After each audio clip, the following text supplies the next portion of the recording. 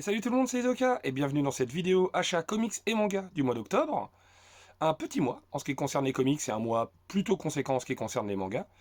Effectivement, vous le savez certainement, je vous propose assez régulièrement des issues de secours, puisque vous le savez, mon budget comics est quand même assez important en ce qui concerne les single issues. J'en prends quand même pas mal, entre 30 et 40 par mois, donc voilà, c'est assez conséquent. Et forcément, du coup, je vais beaucoup moins sur les éditions reliées, soit parce que j'ai déjà les séries en question en issues, donc j'ai pas envie de faire de doublons, ou tout simplement parce que visiblement c'est une série qui ne m'avait pas attiré dès le départ, et puis mon budget étant déjà établi, j'ai pas très envie de le dépasser. Donc voilà, donc forcément les mois qui vont suivre, il y aura de moins en moins d'éditions reliées en comics, ou peut-être quelques occasions ici et là, et en manga par contre je continue à poursuivre mes séries. Donc voilà. On commence sans plus attendre par, comme d'habitude, j'ai envie de dire, par l'omnibus du mois. L'omnibus du mois qui est chez DC Comics, Hellblazer par Jamie Delano, Omnibus Volume 1. Donc on a un dos qui est un petit peu différent de l'omnibus de Hellblazer qu'on avait déjà de Garth Ennis. Je vais vous montrer pour faire un petit peu la comparaison. Donc effectivement, DC a déjà sorti un énorme omnibus qui reprend l'intégralité du run de Garth Ennis sur le personnage. Donc voilà, Hellblazer, c'est des comics que j'ai envie de lire depuis longtemps. Et j'en ai encore jamais lu, on en parlait un petit peu, je me faisais charrier parce que voilà, ça se permet d'avoir une chaîne comics alors que ça n'a jamais lu Hellblazer ou Hellboy. Ah bah bravo Isoka. Hein. Voilà, petite référence et dédicace à Comics du Prof ou à Schizophile. Et donc là, on a l'omnibus de Jamie Delano. Donc ça, ça reprend les numéros 1 à 22, le John Constantine Hellblazer Annual numéro 1 et les épisodes Swamp Thing de 65 à 77, ainsi que l'épisode numéro 3 de Sandman. Donc on a quand même pas mal de choses, effectivement, on est en plein dans le vertigo de la fin des années 80. Et du coup déjà, je me pose une petite question, c'est est-ce que je peux me lancer dans le Hellblazer de Jamie Delano sans avoir lu le Swamp Thing d'Alan Moore, que je possède par ailleurs. Parce que je sais que je crois savoir que c'est dans le Swamp Thing d'Alan Moore et Stephen Bissett qu'est créé le personnage de Constantine, et du coup, je trouve ça très intéressant de voir un petit peu, sachant qu'on a les épisodes 65 à 77 de Swamp Thing, qu'il y a peut-être aussi une évolution pour le personnage de ce côté-là. Donc je vais certainement lire, je pense, le Swamp Thing d'Alan Moore, puis enchaîner certainement sur l'Hellblazer. Donc voilà. Comme d'habitude, je vais vous montrer l'omnibus quand même sur sa jaquette. C'est un omnibus qui fait environ 1150 pages, donc rien à voir avec ce qui était prévu dans le catalogue d'ici, qui lui prévoyait un omnibus de 1500 pages, donc c'est pas du tout la même pagination. Donc déjà, là je vous montre les différentes illustrations, j'essaie de vous les montrer sans les reflets brillants. Donc on a toujours le titre d'eau comme ça, et ça derrière. Voilà. Et voilà, du coup, au scénario, on a évidemment Jamie Delano principalement, on a aussi du Rick Veitch et du Neil Gaiman. Alors Rick Veitch, je suppose que c'est les épisodes de Swamp Thing, et Neil Gaiman évidemment l'épisode de Sandman. Et au dessin, on a beaucoup de monde, on a du John Ridgway, du Rick Veitch, du Richard Pierce Reiner, du Mark Buckingham, du Mike Hoffman, du Brian Talbot, du Sam Keith également, et également du Stephen Bissett, et encore quelques autres que je n'ai pas cités. Voilà, à l'ancrage, on a pas mal de monde, notamment du John Ridgway aussi, du Mark Buckingham, un petit peu les mêmes personnes, du Mike Dringenberg aussi, qu'on connaît, Mike Dringenberg qui a notamment dessiné sur Sandman. Et la colorisation, on a Lovern Kinzierski, Tatiana Wood, Robbie Bush. Voilà les crédits de ce Hellblazer. Regardez, c'est plutôt joli en plus. Donc voilà, écoutez, moi je suis très intrigué, parce que je n'ai jamais lu, comme je vous le disais, de Hellblazer. J'aime beaucoup ce côté indé de ce personnage british, un petit peu m'en-foutiste, très fataliste, voilà, qui combat les démons, la clope au bec, avec l'imperméable, le fameux trench coat, etc. Enfin, c'est vraiment quelque chose que j'ai assez hâte de lire, assez hâte de découvrir. Parce que rien que dans les compositions, dans les planches que là je vous présente, on a quand même quelque chose d'assez osé, d'assez audacieux, et que moi qui me satisfait complètement à l'œil comme ça. Donc ensuite, voilà, là on a par exemple, là on a les épisodes de Swamp Thing, comme vous pouvez voir. On a l'épisode 72. Hop. Je peux vous montrer un petit peu l'intérieur, ce que ça propose. Hop. Voilà.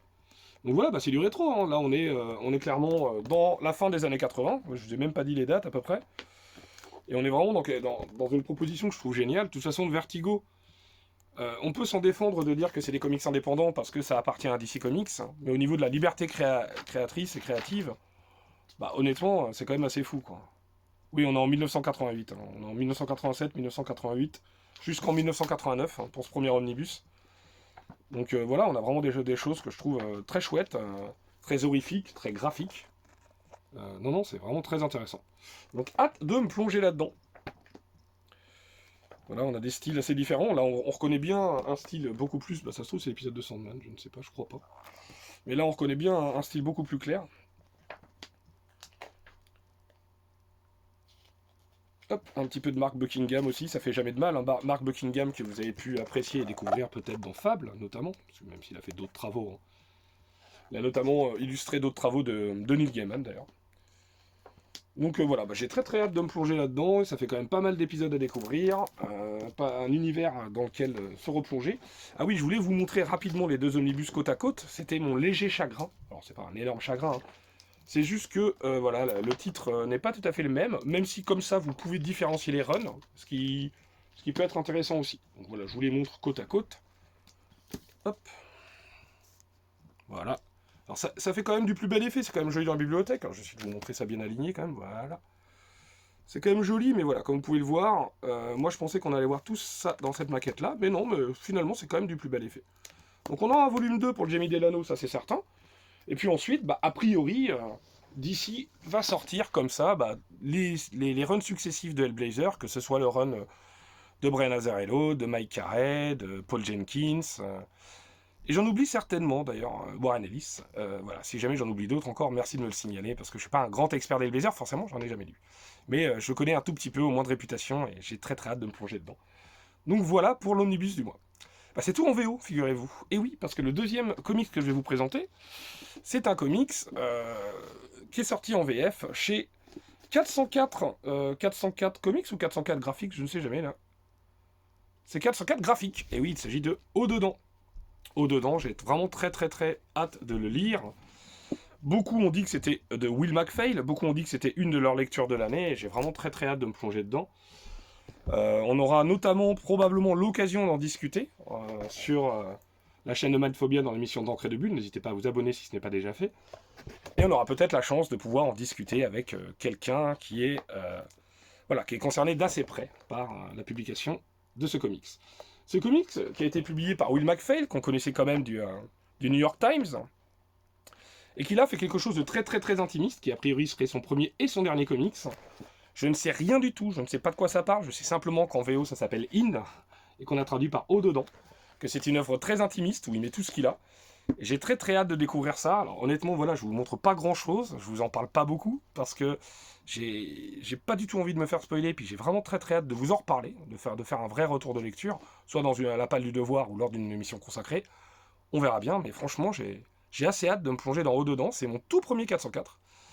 Non pas qu'il n'y a aucun titre qui m'intéressait, mais comme je vous l'expliquais, qu'en général, il y a d'autres sorties VF qui s'ajoutent déjà à tout ce que j'ai déjà acheté, que ce soit en single issues, soit omnibus, soit TPB, soit des hardcovers, standard ou deluxe, forcément, ça creuse un peu le budget, et il n'y a plus forcément de place pour l'improvisation. C'est quelque chose dont on avait déjà parlé, notamment dans d'autres émissions.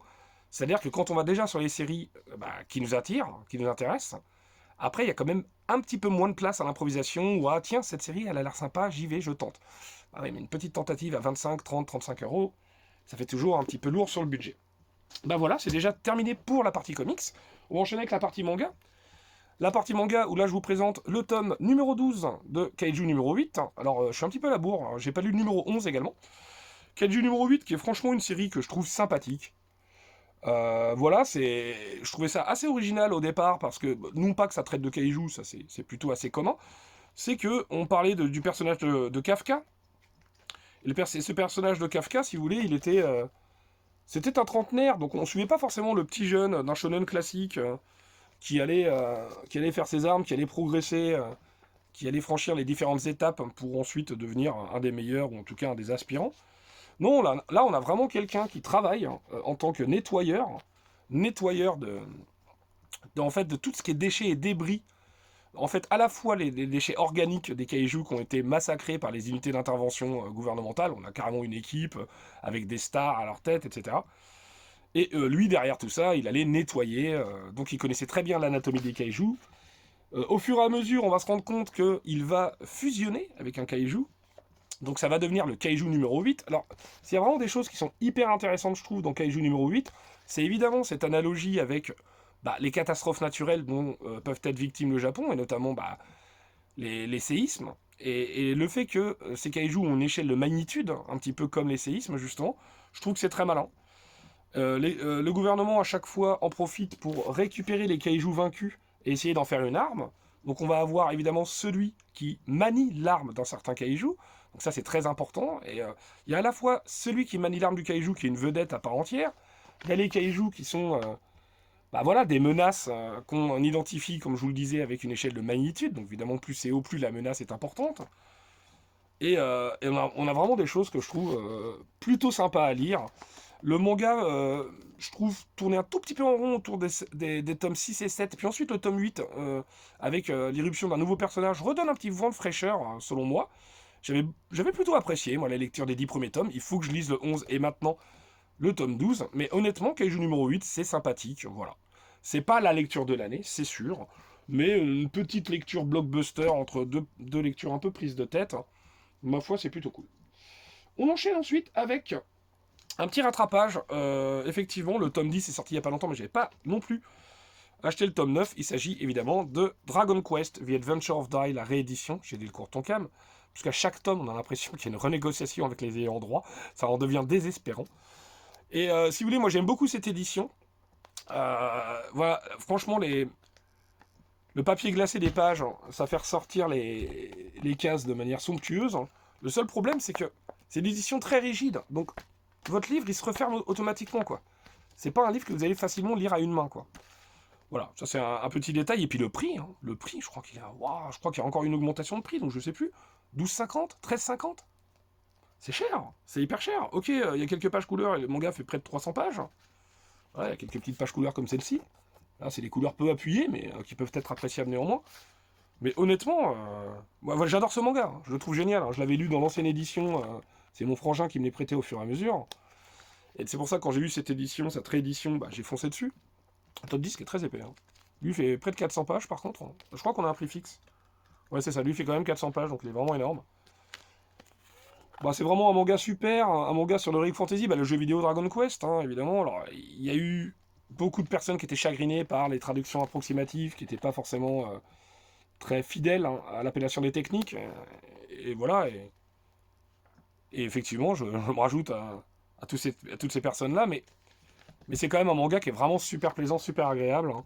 C'est hyper fluide. Hein. Si vous voulez vraiment faire découvrir un shonen d'Heroic Fantasy à un jeune homme, un jeune garçon entre 8 et 12 ans, hein, pour moi, Dragon Quest, la quête de Dai, c'est idéal, quoi. C'est vraiment quelque chose que moi, je me rappelle, j'avais lu ça, je les avais dévorés. Donc voilà, pour les 9 et 10. Et puis, il est sorti les 2 premiers tomes du spin-off de The Hero Avan and the Dark Lord of Hellfire. Donc voilà, le tome 1 et le tome 2. Ça, je les ai jamais lus. Voilà. Je les ai jamais lus, donc ça va être une découverte. Donc Avan, dont il est pas mal question dans Dragon Quest. Donc là, on n'a pas la même édition, vous le voyez. On a du papier beaucoup plus fin. Et il n'est pas glacé. Alors, ça n'empêche pas d'apprécier les planches néanmoins, mais c'est vrai que ça les fait moins ressortir, comme on pouvait le voir. Même si là, comme vous pouvez le voir, on a quand même des choses qui sont très chouettes. Donc ça aussi, j'ai hâte de découvrir. Je ne sais pas du tout en combien de tomes ce sera. Je vous l'avoue. Donc, mais j'ai très hâte de découvrir ça. Voilà, ça c'était vraiment le grand héros Avan dont il était question, notamment dans la quête de Dai. Donc, de toute façon, ça fait longtemps aussi que j'ai lu la quête de Dai, donc j'ai vraiment hâte de me replonger dans tout ça. Hein. Voilà, il sera peut-être qu'on en parlera un jour ou l'autre dans un manga rétro saucisse congelée. Si vous ne savez pas ce que c'est manga rétro saucisse congelée, c'est évidemment un concept où on va reparler de vieux mangas japonais terminés d'au moins 20 ans. Et ce sera évidemment sur la chaîne Manga Saucisse, hein, ce magnifique collectif. N'hésitez pas à aller jeter un œil et vous abonner à cette chaîne si ce n'est pas déjà fait. Et d'ailleurs, c'est le premier épisode de manga rétro saucisse congelée verra le jour samedi. Donc restez connectés. On continue avec les mangas évidemment. J'ai pris les 3 derniers tomes de Gunmu 7, 8 et 9. Même si je sais qu'il y a ensuite soit la suite et la préquelle, sur lesquels j'irai certainement, peut-être, on verra, enfin tout dépend de l'appréciation que j'aurai faite de ce manga. J'en ai pas encore lu un tome, mais autant vous dire que je vais probablement les binge-reader, puisque ça m'intrigue énormément. Déjà, ce que je vous montre, je trouve ça super beau dans les compositions, dans le dynamisme. Et pareil, c'est quelque chose dont j'aimerais parler avec quelques acolytes. Voilà, probablement. Donc, bah écoutez, j'ai hâte de vous en parler. Je pense que il n'y a que 9 tomes, c'est plutôt agréable, c'est pas une série fleuve. Après, on va voir effectivement à quel point c'est pertinent bah, de lire la suite et le prequel, mais déjà, il y a pas mal de personnes quand même qui peuvent s'accorder à dire que bah, déjà de lire ces 9 tomes, ça semble plutôt assez dense, et il y aura quand même déjà pas mal de choses à dire hein, et à apprécier. Donc voilà, j'ai vraiment hâte. Alors là, c'est le dernier tome, donc je vais les mollo au niveau des visuels. Hein. Voilà, je vous les montre sans trop les regarder. Et ça a l'air vraiment très très beau, très dynamique, très immersif. Donc voilà, Gunmu, les tomes 7, 8 et 9. J'ai déjà acheté par 3 tomes à chaque fois d'occasion, donc franchement, ça valait carrément le coup. On continue avec cette fois 4 tomes. Vous vous souvenez, un des mangas, vraiment un énorme manga coup de cœur, dont je vous ai parlé dans La Palle du Devoir numéro 3, ou dont j'ai parlé également, je crois, oui, dans un SNGL Saturday Night Geek Live sur la chaîne de Jules et Nico. Il s'agit bien évidemment de Peleliu. Peleliu, j'ai pris les tomes 3 à 6, sachant qu'il en comporte 11. 11 de la série régulière, puis ensuite, je crois, 6 tomes de Peleliu Gaiden, quelque chose comme ça. Regardez-moi cette magnifique cover en pleine Sakura avec ses cerisiers en fleurs, hein, c'est super joli. De toute façon, Peleliu, je vous l'avais dit, c'est un de mes énormes coups de cœur et découvertes de cette année, alors que c'est un manga qui est sorti maintenant il y a au moins 6 ans. Hein. Mais c'est vraiment, j'ai trouvé très beau, très juste, à la fois cruel et poétique. C'est splendide, quoi. Ces espèces de jeunes soldats qui sont complètement dépassés par les événements et qui essaient de faire preuve de courage, de solidarité, d'abnégation, bah, malgré l'absurdité de cet affrontement. C'est très beau. La manière dont c'est dessiné, on en avait parlé avec Néo, il avait une remarque très juste. Effectivement, c'est la manière dont ils sont dessinés, façon chibi, un peu tout mignon, façon infantilisée un petit peu. Hein, ce sont des enfants, parce que ce sont des enfants qui, en absence de repères, qui réclament leur mère, que ce soit dans leurs derniers instants, ou même par l'intermédiaire de Tamaru, le personnage principal, qui correspond avec sa mère de manière épistolaire. C'est un grand manga. C'est vraiment splendide. Voilà, le tome 4 ici. Les couvertures en plus sont super belles. Et puis vous avez souvent, regardez-moi ces scènes. Waouh, c'est au niveau de la mise en scène, la composition des planches, c'est splendide. Donc voilà, m'appeler Liu, vous le savez, de toute façon, c'est un énorme coup de cœur. Je vais très très probablement dévorer cet homme d'ici la fin de l'année civile. Et il est très probable que je vous en reparle à un moment ou un autre, dans un format ou un autre. Mais oui, très très hâte de lire tout ça. Donc voilà, Peleliu disponible en 11 tomes. Là, j'ai chopé les tomes 3, 4, 5 et 6.